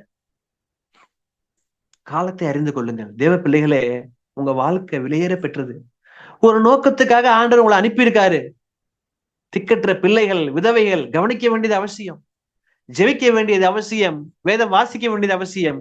அவருடைய வேதத்தின்படி நடக்கிற உத்தம மார்க்கத்தார் பாக்கியவர்கள். காலத்தை அறிந்து கொள்ளுங்கள் தேவ பிள்ளைகளே, காலத்தை அறிந்து கொள்ளுங்கள். சிலர் மரணத்தை நெருங்கி இருக்கலாம், சிலர் எட்ஜுக்கு வந்திருக்கலாம். பெருமையோட கர்த்தர்ட்ட போகாதீங்க. கர்த்தர் கணக்கு கேட்பாரு, வேதனையா இருக்கும். அன்னைக்கு தனிமையா இருப்பீங்க, புள்ள வரமாட்டாரு, கணவர் வரமாட்டாரு, மனைவி வரமாட்டாரு, தனியா போய் நிற்பீங்க. நீங்க சத்தியத்தின்படி வாழ்ந்த அந்த வார்த்தை உங்களுக்கு துணைக்கி வரும். இந்த வார்த்தை தான் ஆவியின் பட்டயம். சொல்லப்பட்டிருக்கிற 6 காரியங்கள்ல மத்த 5மே அது தற்காக்கும் ஆயுதங்கள். ஆனா இது மட்டும்தான் எதிரியை தாக்கும் ஆயுதம், ஆவியின் பட்டயம். எது? வேத வசனமாகிய ஆவியின் பட்டயம். அந்த வார்த்தையினால் நாம் நிரம்பி இருக்க வேண்டியது அவசியம். அப்பொழுதுதான் பிசாசை முறியடிக்க முடியும். பிசாசு போய் சொல்ற ஆண்டவர்கிட்ட, நீர் தேவனுடைய குமாரனேயானால் இந்த கல்லுகளை எல்லாம் அப்பங்களாக்கி சாப்பிடும், மாற்றும். மனுஷன் அப்பத்தினால் மாத்திரமல்ல, தேவனுடைய வாயிலிருந்து புறப்படும் ஒவ்வொரு வார்த்தையினாலும் பிழைப்பான் என்று எழுதியிருக்கிறது, என்றும் எழுதியிருக்கிறதே. இப்ப அந்த வசனம் தெரிஞ்சிருக்கு, பிசாசுக்கு வசனத்தை சொல்லிட்டான். ஆனா ஆண்டவர் சொல்றாரு, என்றும் எழுதியிருக்கிறதே. இந்த என்றும் எழுதியிருக்கிறதேங்கிறது நமக்கு தெரிய வேண்டியது அவசியம். அப்பதான் பிசாசை ஜெயிக்க முடியும். அதுக்கு பைபிளை படிக்கணும். அதெல்லாம் இல்ல, சும்மா பைபிளை படிக்கிறது. பிசாசு சொல்லுவான், அப்படியா, நீ மொட்டை மாடியில இருந்து கீழே குடி, உண்மை காக்கும்படிக்கு கர்த்தர் தூதர்கள் கட்டளையிடுவார்னு சொன்னோன்னே 3ஆவது மாடியில இருந்து கீழே குதிப்போமா? தேவனாகிய கர்த்தரை பரீட்சையை பாராதிருப்பாக என்றும் எழுதியிருக்கிறதே என்கிற வசனம் தெரிந்திருக்கணும். என்றும் எழுதியிருக்கிறதே, என்றும் எழுதியிருக்கிறதே. வேதத்தை கிரமமாய் வாசித்து தியானித்து அதற்கு ஏற்ப நம்முடைய வாழ்க்கையை மாற்றிக்கொள்ள வேண்டியது அவசியம். தேவ பிள்ளைகள், இதை கேட்டுக்கொண்டிருக்கிற தேவ பிள்ளைகளோடு கர்த்தர் இடைபடுவார் என்று விசுவாசிக்கிறேன். உங்கள் காலத்தை அறிந்து கொள்ளுங்கள். இத்தனை காலத்தை நீங்கள் வீணாக கழித்து விட்டால் இன்று முதல் உங்கள் நடையை சீர்தூக்கி பார்த்து தேவன் விரும்புகிற வண்ணம் உங்களுடைய வாழ்க்கையை மாற்றிக் கொள்ளுங்கள். பரிசுத்தம் தேவை, கீழ்ப்படிதல் தேவை, விசுவாசம் தேவை. இந்த சிறியர்கள் எவைகளுக்கு செய்தீர்களோ அது எனக்கே செய்தீர்கள்ங்கிறாரு. ஏழைகள் முக்கியம், திக்கற்ற பிள்ளைகள் முக்கியம். திக்கற்ற பிள்ளைகள்லாம் ஃபாதர்லெஸ், அப்பா இல்லாத பிள்ளைகள் முக்கியம். அவங்களை கவனிக்கணும். ஊனமுற்றவங்களை குறிச்சு கர்த்தர் சொல்றாரு, அதை அவங்கள பார்க்கணும். இதெல்லாம் தான் பரலோகத்துல பொக்கிஷத்தை சேர்த்து வைக்கும். காலத்தை அறிந்து கொள்ளுங்கள். பாவத்தோட இதை கேட்கறீங்க ஒரு சிலர்னா, வேண்டாம், அந்த பாவத்தை விட்டுருங்க. பாவம் தகப்பனை விட்டு தூரப்படுத்தும். வேண்டாம், ரைட், நேரம் ஆயிடுச்சு. 2வது காரியம் போலாம். 2வது வசனம், ரோமர்கள் நிருபம் 13வது அதிகாரம் 12வது வசனம். இரவு சென்று போயிற்று, பகல் சமீபமாயிற்று. ஆகையால் அந்தகாரத்தின் கிரியைகளை தள்ளிவிட்டு ஒளியின் ஆயுதங்களை தரித்துக் கொள்ள கடவோம். மீண்டும் அந்த வசனத்தை படிக்கிறேன். இரவு சென்று போயிற்று, பகல் சமீபமாயிற்று. ஆகையால் அந்தகாரத்தின் கிரியைகளை நாம் தள்ளிவிட்டு ஒளியின் ஆயுதங்களை தரித்துக் கொள்ள கடவோம். பாயிண்ட் நம்பர் 2, அந்தகாரத்தின் கிரியைகளை தள்ளிவிடு. Throw off the works of darkness. அந்தகாரத்தின் கிரியைகளை தள்ளிவிடு. உங்க எல்லாருக்கும் தெரியும் மாம்சத்தின் கிரியைகள் கலாத்தியர்ல சொல்லப்பட்டிருக்கு இல்லையா? 19வது அதிகாரத்துல, சாரி 5வது அதிகாரம் 19, 20, 21 எல்லாருக்கும் தெரியும். எடுத்து படிக்க வேண்டாம். மாம்சத்தின் கிரியைகள் வெளியரங்கமா இருக்கிறது. இந்த மாம்சத்தின் கிரியைகள் எல்லா மாம்சத்தின் கிரியைகளுமே அந்தகாரத்தின் கிரியை தான். எல்லா பாவமுமே அந்தகாரத்தின் கிரியை தான். அதைதான் வேதம் சொல்லுகிறது. எபேசியர் 5:8, முற்காலத்திலே நீங்கள் அந்தகாரமா இருந்தீர்கள், இப்பொழுதோ கர்த்தருக்குள் வெளிச்சமா இருக்கிறீர்கள், வெளிச்சத்தின் பிள்ளைகளாய் நடந்து கொள்ளுங்கள். முற்காலத்திலே அந்தகாரமா இருந்தீர்கள். எப்ப முற்காலத்திலே? நான் கடந்த கால ரட்சிப்பை வாங்கினேன் இல்லையா? அந்த கடந்த கால ரட்சிப்பை வாங்கினதற்கு முன்பதாக நான் ஒரு ஸ்டேஜில் இருந்தேன், ஒரு நிலையில இருந்தேன். அந்த நிலையின் பெயர் தான் அந்தகாரம். முற்காலத்திலே நீங்கள் அந்தகாரமா இருந்தீர்கள், இப்பொழுதோ கர்த்தருக்குள் வெளிச்சமா இருக்கிறீர்கள். தேவ பிள்ளைகளே, வெளிச்சத்தின் பிள்ளைகளாய் நடந்து கொள்ளுங்கள். தேவனுடைய பிள்ளைகளாய் நடந்து கொள்ளுங்கள். அதே எபேசியர் 5:11 சொல்லுது, கனியற்ற அந்தகார கிரியைகளுக்கு உடன்படாமல் அவைகளை கடிந்து கொள்ளுங்கள். உடன்படாமல். கொஞ்ச நேரம் ஒரு நாடகத்தை பார்க்கறதுல என்ன பிரதர் தப்பு? உடன்படாமல். பிரதர் என்ன அருமையான இளையராஜா பாட்டு வருது, எஸ்பிபி பாடி இருக்காரு, இதை கேட்ட அடாடாடா. உடன்படாமல். அங்க பக்கத்து வீட்டுக்கார பத்தி குறை பேசுறது, இதை பத்தி குறை பேசுறது, அவங்கள பத்தி புரணி பேசுறது. உடன்படாமல். ஒளியின் ஆயுதங்களை தரித்துக் கொள்ளுங்கள். சோ இந்த இடத்துல ரெண்டு காரியம் சொல்லப்படுது. கனியற்ற அந்தகார கிரியைகளுக்கு உடன்படாமல் ஒளியின் ஆயுதங்களை தரித்துக் கொள்ள வேண்டும். இந்த ஒளியின் ஆயுதங்களை நீங்கள் கருத்து கொண்டால் மாத்திரமே இந்த அந்தகாரத்தின் கிரியைகளை மேற்கொள்ள முடியும். ஒரு 3 விதமான ஆயுதத்தை ரோமருக்கு எழுதின புஸ்தகத்திலிருந்து நான் கண்டுபிடித்தேன். உங்களுக்கு சொல்லி போக விரும்புகிறேன். 3 டைப்ஸ் ஆஃப் ஆயுதங்கள், ரைட், வெப்பன்ஸ். ரோமர் 6:13 பாக்குறப்ப அநீதியின் ஆயுதம்னு இருக்கு. ரோமர் 6:13 பார்த்தா நீதியின் ஆயுதம்னு இருக்கு. ரோமர் 13:12 பாத்தீங்கன்னா இப்ப நம்ம பாக்குறோம் இல்லையா, அதான் ஒளியின் ஆயுதம் இருக்கு, வெப்பன்ஸ் ஆஃப் லைட். அதாவது பிரதர் இந்த ஆயுதம் எதுக்கு? போருக்கு போறப்ப ஆயுதம் வேணும் இல்லையா? மார்க்கெட்டுக்கு போறதுப்ப ஆயுதம் வேணுமா? சொல்லுங்க. போருக்கு போறதுக்கு தான் ஆயுதம் வேணும். தக்காளி வாங்க போறேன் நாளைக்கு காலையில எந்திரிச்சு, பிரதர் நாளைக்கு சண்டே பிரதர், சிக்கனு மட்டன்லாம் வாங்கணும், மறந்துட்டீங்களா? வாங்குங்க, சாப்பிடுங்க. அதுக்கு முன்னாடி வெங்காயம் தக்காளி பச்சை மிளகா இஞ்செல்லாம் வாங்கிட்டு போங்க, அப்பதான் நமக்கு இதை செய்ய முடியும். வெங்காயம் தக்காளி வாங்க போறப்ப நான் ஆயுதத்தை எடுத்துட்டு போகணுமா? சொல்லுங்க, தேவையில்லைல்ல. அப்ப எப்ப ஆயுதம் வேணும்? போருக்கு தான் ஆயுதம் வேணும். தேவ பிள்ளைகளே, உங்களுடைய வாழ்க்கையிலே 24 மணி நேரமும் பிசாசோட உங்களுக்கு போர் தான். சாகுற வரைக்கும் குழியில கொண்டு போய் நம்மளை வச்சு புதைக்கிற வரைக்கும் பிசாசோட நமக்கு போர் தான். ஒவ்வொரு பரீட்சைகளையும் ஒவ்வொரு போர்லையும் பிசாசை முறியடிக்க வேண்டியது அவசியம். அவனை தோற்கடிக்கணும். என்ன வந்தாலும் சரி, நான் தோற்கடிப்பேன். அதாவது இதை நான் எதோட தொடர்பு படுத்தி பேச விரும்புகிறேன்னா, ஒளியின் ஆயுதத்தை சர்வாயுத வர்க்கத்தோடு தொடர்பு படுத்தி பேச விரும்புகிறேன். 6 விஷயம் உங்களுக்கு எல்லாருக்கும் தெரியும். சத்தியம் என்னும் கச்சை, பெல்ட், ட்ரூத். நீதி என்னும் மார்க்கவசம், பிரஸ்ட் பிளேட். ஆயத்தம் என்னும் பாதரட்சை, shoes, be a person who makes peace. விசுவாசம் என்னும் கேடகம், ஷீல்ட் ஆஃப் ஃபெய்த். ரட்சணியம் என்னும் தலைச்சீரா, helmet of salvation, mind filled with good news.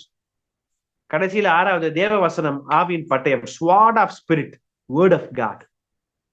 6ல முதல் 5மே பாத்தீங்கன்னா தற்காக்கும் ஆயுதம். 6வது மாத்திரம் தான் எதிரிகளை தாக்கும் ஆயுதம். Both offensive weapons. And defensive weapons R mentioned here. முதல் 5மே பாத்தீங்கன்னா தற்காக்கும் ஆயுதங்கள், டிஃபென்சிவ். ஹெல்மெட், கீழே விழுந்தா மண்டை அடிபடாம இருக்கு ஹெல்மெட். மார்க் கவசம், பிரஸ்ட் பிளேட், எதுக்கு? நீதி. எதிரி அம்பு விடுறான், பிசாசானவன், அம்பு வந்தாலுமே அது பிரஸ்ட் பிளேட்ல மார்க் கவசத்துல பார்த்து உழுவுறது. பாதரட்சியம், விசுவாசம், கேடகம், ஷீல்டு, கேடகம் வேணும். தலை சீரா, இதான் ஹெல்மெட், இதான் ஹெல்மெட். சத்தியம் வந்து பெல்ட், மன்னிக்கணும், பெல்ட். ஆயுதம், நம்ம ட்ரெஸ் இதெல்லாம் வச்சுக்கிறது கீழே விழாம இருக்கு. சோ இதெல்லாம் நம்ம தற்காக்கும் ஆயுதங்கள் விசுவாசிகளிடையே உங்க வாழ்க்கையில இருக்கு. ஆனா மிக முக்கியமான ஒரு ஆயுதம் உங்க வாழ்க்கையில இல்ல. 6வது என்னது? வேத வசனமாகிய ஆவியின் பட்டயம், ஸ்வார்ட் ஆஃப் ஸ்பிரிட். இதுதான் கத்திக்க. இந்த கத்தி உங்களுக்கு இருந்தாதான் நீங்க விரோதியை சண்டை போட முடியும். யாரு நம்ம விரோதி? பிசாசு. இந்த பிசாசுகிட்ட இருந்து அடி வாங்குறதுக்கு, உத வாங்குறதுக்கு சில நேரங்கள்ல நமக்கு அதெல்லாம் நம்ம தாக்கு பிடிக்கிறதுக்கு நமக்கு ஹெல்மெட் இருக்கு, அப்புறம் என்ன, மார்க்கவசம் இருக்கு, பாதரட்சை இருக்கு, கேடகம் இருக்கு, தலைச்சீரா இருக்கு. ஆனா பதிலுக்கு அவனை அடிக்கிறதுக்கு அதான் பிரதர் எங்க கிட்ட இல்ல. நாங்க அடியை மட்டும் வாங்குவோம், அவன் அடிப்பான், எங்க மேல படாம பார்த்து தப்பிச்சுக்கிட்டே போவோம். என்னது அசிங்கமா இல்ல? பதிலுக்கு கத்தியை எடுத்து ஒரு வெட்டு வெட்டினா தானே ஓடுவான், கொஞ்ச நாளும் ஓய்ந்திருப்பான். அப்பொழுது சில காலம் அவரை விட்டு ஓய்ந்திருந்தான்னு இருக்கு. எப்ப? இயேசுவை விட்டு 40 நாள் உபவாசத்துக்கு அப்புறம். அது மாதிரி பிசாச முறியடிக்க என்ன வேணுமா? தேவ வசனமாகி ஆவியின் பட்டயம். வசனம் உங்களால் நிரம்பி இருந்துச்சுன்னா, உங்களுக்குள்ள நிரம்பி இருந்துச்சுன்னா, உங்களால் பிசாசை ஜெயிக்க முடியும். தேவ பிள்ளைகளே, 2வது காரியம் நான் உங்களுக்கு சொல்ல வர்றது, அந்தகாரத்தின் கிரியைகளை தள்ளிவிடு. எல்லா பாவமுமே அந்தகாரத்தின் கிரியை தான். இந்த அந்தகாரத்தின் கிரியைகளை தள்ளிவிட ஒளியின் ஆயுதங்கள் நமக்கு தேவை. அந்த ஒளியின் ஆயுதங்களை நாம் தரித்துக் கொள்ள வேண்டும். எப்போதும் பரிசுத்த ஆவியானவரால் நிரம்பி இருக்க வேண்டியது அவசியம். 3வது ஒரு காரியத்தை சொல்லி நான் முடிக்க விரும்புகிறேன். அதே ரோமர்கள் நிருபம் 13வது அதிகாரம் 13வது வசனம். ரோமன்ஸ் 13:13. அதை படிங்க பிரதர். களியாட்டும் வெறியும் வேசித்தனமும் காம விகாரமும் வாக்குவாதமும் பொறாமையும் உள்ளவர்களாய் நடவாமல் பகலிலே நடக்கிறவர்களைப் போல சீராய் நடக்க கடவோம். எப்படி நடக்க கடவோம் பிரதர்? சீராய் நடக்க கடவோம், பகலில் நடக்கிற. 3rd பாயிண்ட் உங்களுக்கு சொல்ல வரதான காரியம், சீராய் நடந்து கொள். Walk properly, walk properly. 3வது காரியம், ரைட். இந்த வசனத்துல சொல்லப்பட்டிருக்கு களியாட்டு, வெறி, வேசித்தனம், காம விகாரம், வாக்குவாதம், பொறாமை. 6 சொல்லுது. களியாட்டுனா சும்மா ஒரே நிமிஷத்துல சொல்லி முடிக்கிறேன். களியாட்டுனா ரிவல்ரி, கேலி குத்து. வெறினா ட்ரங்கன்னஸ், குடி வெறி. வேசித்தனம், செக்ஷுவல் இம்மொராலிட்டி, திருமணத்திற்கு வெளியே, திருமண வட்டத்திற்கு வெளியே, புரிந்து கொள்ளணும் நீங்க. காம விகாரம், சென்சுவாலிட்டி, லேக் ஆஃப் கண்ட்ரோல், கட்டுப்பாடற்ற, அடக்க முடியாத, பை ஃபோர்ஸ், ஒரு பலாத்காரமான. அடுத்தது வாக்குவாதம் உங்களுக்கு தெரியும், பொறாம தெரியும். சொல்றாப்ல, டே இதெல்லாம் உங்களுக்கு வேணாமடா, இதெல்லாம் வேணாம், இதெல்லாம் விட்டுவிட்டு என்ன செய்யணுமா? பகலிலே நடக்கிறவர்கள் போல சீராய் நடக்க கடவோம். பிரதர், சீராய் நடக்கிறதுனா எப்படி பிரதர்? நாங்கெல்லாம் ஹீல்ஸ் போட்டு நடந்துதான் எங்களுக்கு பழக்கம். சில சகோதரிகள் நினைப்பீங்க உங்க மனசுல, ராஜா பிரதர், நம்ம இதுல Lourdu brother, right, Lourdu brother, நாங்கெல்லாம் ஹீல்ஸ் போய் நடந்து பழகிட்டோம், எங்களைய போய் சீராய் நடனா எங்களுக்கு எல்லாம் வராது பிரதர். அது பேர் என்ன? நேரா வந்து திரும்பி திரும்பி போவாங்களே ஒரு ஷோ, அது பேர் என்ன பிரதர்? நேரா வந்து இந்த மாதிரி மியூசிக் எல்லாம் போட்டு போவாங்களே, அது என்ன பேரு? Right, fashion show. Fashion show, super, very very very. Fashion ஷோல நடக்கிற மாதிரி நாங்க நடக்கிற ஆட்களை பிடிச்சி சீராய் நடங்குறீங்களே. ஒரு 4 நடை உங்களுக்கு சொல்லிட்டு முடிக்க விரும்புகிறேன். வாசிக்கலாமா பிரதர்? அதை போடுங்க பிரதர், இந்த சைடை போடுங்க. 4 விதமான நடைகள். சீராய் நட பிரதர். சீராய் நடப்பது எப்படி? வேதத்திலிருந்து பார்க்கும் பொழுது முதல் காரியம் சொல்லுது 4 நடை. Okay, right. முதல்ல சொல்லுது கலாத்தியர்கள் நிருபம் 5வது அதிகாரம் 16வது வசனம். அத ஸ்கிரீனை மட்டும் பாருங்க, முடிச்சிடலாம், நேரம் ஆயிடுச்சு. முதல் நடை என்னவா? ஆவிக்கேற்றபடி நட. அப்படின்னா என்ன பிரதர் அப்படின்னா, வசனம் சொல்லுது ஆவிக்கேற்றபடி நடந்து கொள்ளுங்கள், அப்பொழுது மாம்ச இச்சையை நிறைவேற்றாது இருப்பீர்கள். அப்படின்னா என்ன? நான் பரிசுத்த ஆவிக்கு ஏற்றபடி நடந்து கொள்ளுவேன், நான் மாம்ச இச்சையை நிறைவேற்றாதிருப்பேன். எக்ஸாம்பிள், யோசேப்பு அந்த இடத்துல வந்து தப்பு செய்யக்கூடிய ஒரு சூழ்நிலை வந்த பொழுது துணி போனாலும் பரவாயில்லன்னு அந்த இடத்தை விட்டு யோசேப்பு ஓடிட்டார். சில நேரங்களிலே பாவமான சூழ்நிலையில மாட்டிக்கொள்ளும் பொழுது அந்த இடத்துல நின்னு ஜெயிக்க முடியும் அப்படின்னு யோசிக்க கூடாது. அந்த இடத்தை விட்டே ஓட வேண்டியது அவசியம். ஆவிக்கு ஏற்றபடி நட. முதல் நட என்னவா? ஆவிக்கு ஏற்றபடி நட. இரண்டாவது நட சொல்லுகிறேன். 2 கொரிந்தியர் 5வது அதிகாரம் 6வது வசனம். இரண்டாவது நட என்னவா? என்ன வருது பாத்தீங்களா ஸ்கிரீன்ல? விசுவாசித்து நட. என்னவா? நாம் தரிசித்து நடவாமல் விசுவாசித்து நடக்கிறோம். நான் விசுவாசிச்சுதான் போவேன். நான் என் ஜெபத்துக்கு பதில் வரல பிரதர், நான் எப்படி விசுவாசிக்க முடியும்? கவலைப்படாதீங்க சிஸ்டர். உங்க ஜெபத்திற்கு பதில் வந்தா என்ன, வராட்டி என்ன? உங்களுக்குள்ளே உங்க தகப்பன் இருக்கிறார். பதில் வந்தாலும் வராமல் போனாலும், ஜெபித்ததற்கு சூழ்நிலை சாதகமாக இருந்தாலும் பாதகமாக இருந்தாலும், என் ஆண்டவர் என் வாழ்க்கையில் நன்மையான காரியங்களை மாத்திரமே செய்வார் என்பதுதான் விசுவாசம். நான் விசுவாசித்து நடப்பேன். மூன்றாவது ஒரு நடை. என்ன நடை? எபேசியர்களது நிருபம் 5வது அதிகாரம் 2வது வசனம். எப்படின்னா, அன்பிலே நட. இதை நடக்கணுமா? அன்பிலே நட. அந்த ஸ்கிரீன் வாங்க பிரதர். அன்பிலே நட. அதாவது அன்பிலே நடக்க வேண்டியது அவசியம். யார் மீது அன்பு? ஆண்டவர் மீது அன்பு, மனிதர்கள் மீது அன்பு. ஆண்டவர் மேல எப்படி அன்பு காண்பிக்கிறது? ஒரு சின்ன பிள்ளைக்கு அன்பு காமிக்கிறதுனா சாக்லேட் வாங்கி கொடுப்பீங்க, அப்புறம் சைக்கிள் வாங்கி கொடுப்பீங்க, முத்தம் கொடுப்பீங்க, கொஞ்சுவீங்க. ஆண்டவரை போய் எப்படி அன்பு காமிக்கிறது? அவருடைய கட்டளைகளின்படி நடப்பதே அவரிடத்தில் அன்பு கூறுவதாம் என்ற வசனம் சொல்லுது. இன்னைக்கு ஃபுல்லா நான் அந்த வேதத்துக்கு கீழ்ப்படிஞ்சு வாழ்ந்தா, இன்னைக்கு ஃபுல்லா நான் ஆண்டவர் மீது அன்பு கூர்ந்தேன்னு அர்த்தம். ஆண்டவர் மீது அன்பு, மனிதர்கள் மீது அன்பு. மூன்றாவது நடை என்ன நட? அன்பின் நடை. நாலாவது ஒரு நடை, அதை சொல்லி முடிக்கிறேன். பிலிப்பியர் 1:27. என்ன நடையா? நீங்கள் எவ்விதத்திலும், பவுல் சொல்ற, நான் வந்து உங்களை கண்டாலும் வராமல் இருந்தாலும், அதாவது நிறைய காரியங்கள் சொல்லப்படுது. கடைசி வார்த்தையை மாத்திரம் நான் எடுத்துட்டு சொல்ல விரும்புகிறேன். சுவிசேஷத்திற்கு பாத்திரராக நட. அப்படின்னா என்ன? இந்த வேதத்திற்கு பாத்திரமா நடக்கணும். டேய், எவன்டாவே பயங்கரமான ஆளா இருக்கானே, முழுக்க முழுக்க வேதத்துக்கு கீழ்ப்படிஞ்சு வாழ்ந்து வாழ்க்கைய முடிச்சுட்டான்டா. எப்படி ஆரம்பிச்சான் அவன் வாழ்க்கைய பாத்தியா? டேய் குட்டிசாத்தா, குரு என்ன குரு இந்த மாதிரி சொல்றீங்க? டேய் லூசிபர், வாய மூடுறா. எப்படி ஆரம்பிச்சான் பாரு. ஆரம்பிக்கிற சிகரெட் அடிச்சான், தண்ணி அடிச்சா, அங்க சுத்துனா இங்க சுத்துனா, எப்படி இருந்தான், எப்படி இது பண்ணிக்கிட்டு இருந்தான். என்னடா அவன் இந்த மாதிரி வாழ ஆரம்பிச்சிட்டான்? ஐயோ, 24 மணி நேரம் ஆவியானவரால் நிரம்பி இருக்கா, நம்மளால அட்டாக் பண்ண முடியல. கிட்ட போனா வேத வசனமாகிய ஆவியின் பட்டத்திலே அடிக்கிறான். அவனுக்குள்ள தேவன் அபிஷேகத்தை வச்சிருக்காரு, வல்லமையை வச்சிருக்காரு, கிருபையை வச்சிருக்காரு, கர்த்தருடைய பாதுகாப்பு அவனுக்குள்ள இருக்கு. பாரு, பரலோகத்துல வந்து எந்த பொசிஷன்ல இருக்கான் பாரு. சுவிசேஷத்திற்கு பாத்திரராக நட. 4 விதமான நடைகளை சொன்னேன். மூன்றாவது காரியம் நம்ம தியானிச்சது சீராய் நடக்க கடவோம். இந்த 4 நட என்னது? ஆவிக்கேற்றபடி நட. நம்பர் 2, விசுவாசித்து நட, அன்பிலே நட, சுவிசேஷத்திற்கு பாத்திரராக நட. My dear brothers and sisters, ஒருவேளை நீங்க ஃபேஷன் ஷோல எப்படி வேணாலும் நடந்திருக்கலாம். ஆனா ஆவிக்குரிய ஃபேஷன் ஷோ அல்ல, அது நிஜோ ஷோ.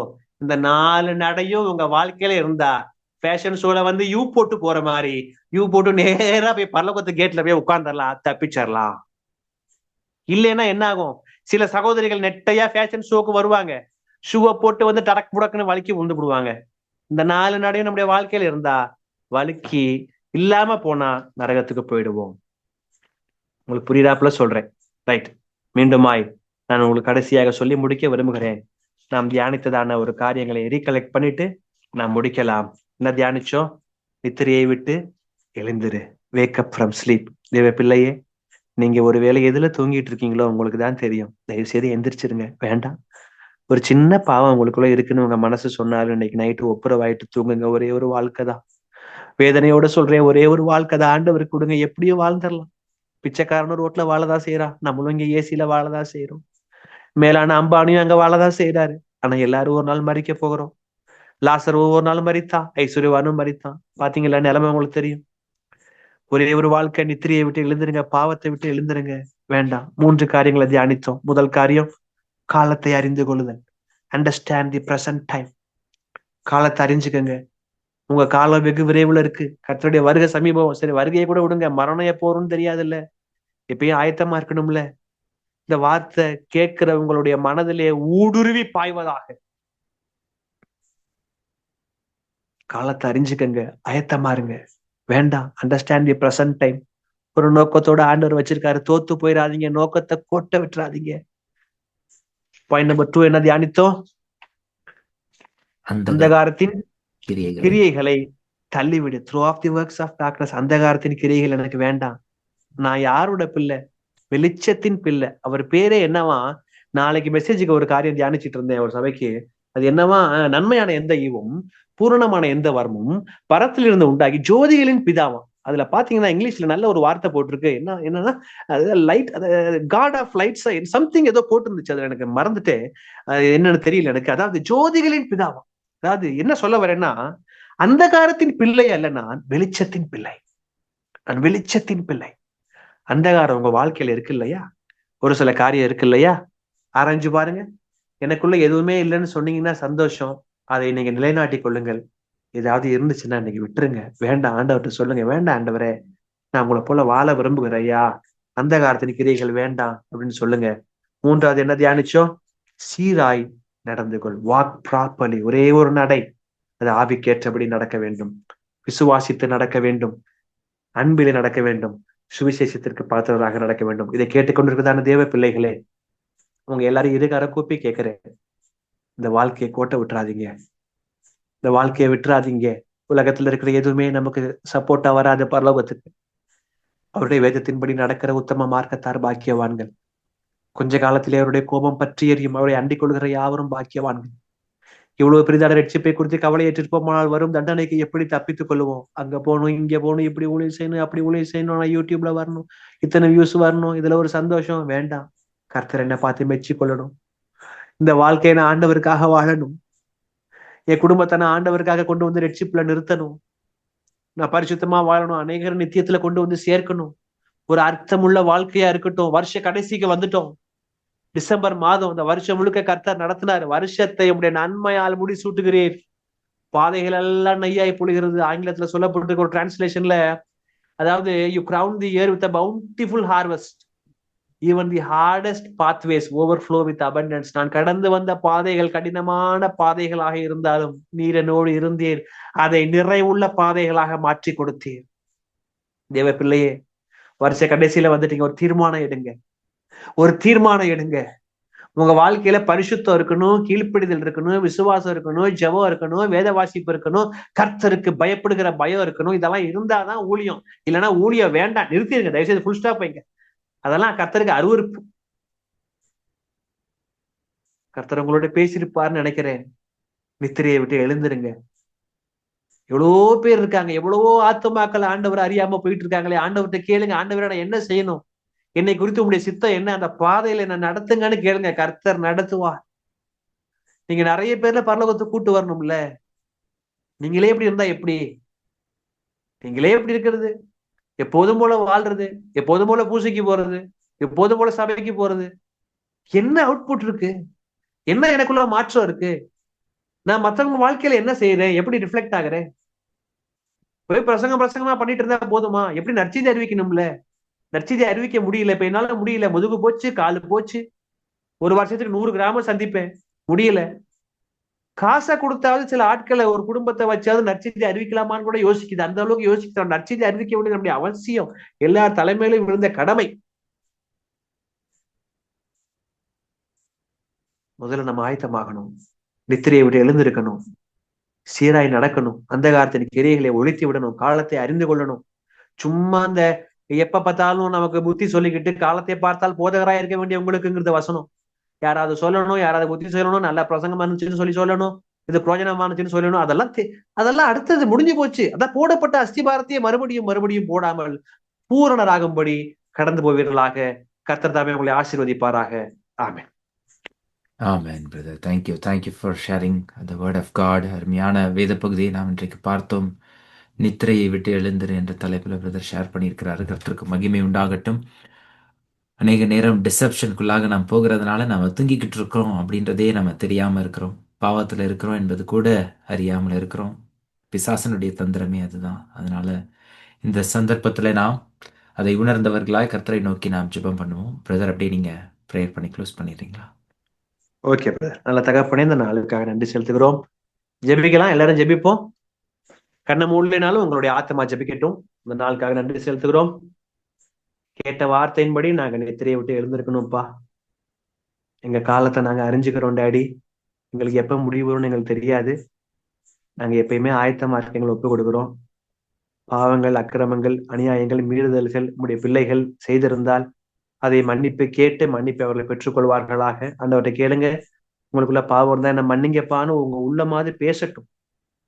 மன்னிங்கன்னு கேளுங்க. ஆண்டவரே, காலத்தை அறிந்து கொள்ள வேண்டுமே, உம்முடைய ஜனம் காலத்தை அறிந்து கொள்ள வேண்டுமே, உம்முடைய ஜனம் அந்தகாரத்தின் கிரைகளை ஒழித்து விட வேண்டுமே, உம்முடைய ஜனம் ஆண்டவரே சீராய் நடக்க வேண்டுமே, எங்க குரூப்ல இருக்கிற எல்லாருமே ஆண்டவரே உங்க செல்ல பிள்ளைகளா இருக்க வேண்டுமே, வேதத்துக்கு கீழ்ப்படிந்து வாழ வேண்டுமே, வேதத்தின்படி நடக்க வேண்டுமே, அநேகரை நீதிக்கு உட்படுத்த வேண்டுமே.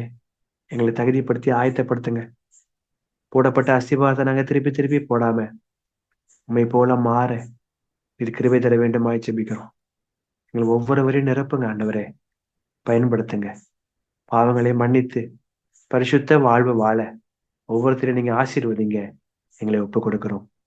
பாவத்தோடு இருக்கிறவர்கள், அசுத்தத்தோடு இருக்கிறவர்கள், பாவத்தின் மீது ஒரு வெறுப்ப ஆண்டவரே நீங்க கொடுங்கப்பா. உங்க மேல இருக்கிற அன்பு புரிந்து கொள்ளும்படியான மனக்கண்களை நீர் திறந்துள்ள வேண்டுமாய் ஜெபிக்கிறேன். இயேசு கிறிஸ்துவின் மூலம் விசுவாசத்தோடு ஜெபிக்கிறேன் பிதாவே, ஆமென். ஆமென். என் ஆத்துமாவே கர்த்தரை ஸ்தோத்தரி, என் முழு உள்ளமே அவருடைய பரிசுத்த நாமத்தை ஸ்தோத்தரி. என் ஆத்துமாவே கர்த்தரை ஸ்தோத்தரி, கர்த்தர் செய்த சகல உபகாரங்களையும் மறவாதே. ஆமென். ஆமென். Thank you all for joining today. God bless you all.